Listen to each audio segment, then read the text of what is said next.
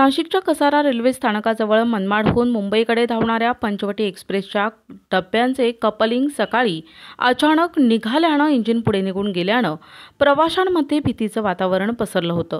सुदैवानं यात कोणतीही जीवितहानी आणि दुखापत न झाल्यानं प्रवाशांनी निश्वास सोडला। नाशिकहून पंचवटी एक्सप्रेसमधून हजारो चाकरमानी मनमाड ते मुंबई असा रोज प्रवास करून ये-जा करत असतात।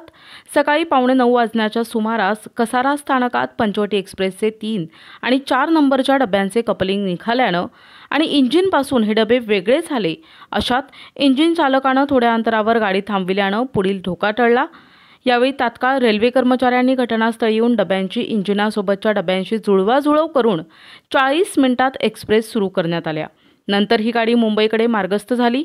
रेल्वे प्रशासनानं वेळोवेळी गाड्यांच्या मेंटेनन्स केल्यास अशा घटना टाळता येतील असं रेल्वे प्रवासी संघटनेनं म्हटलंय। प्रतिनिधी राजू देवळेकर, दिशा न्यूज, इगतपुरी।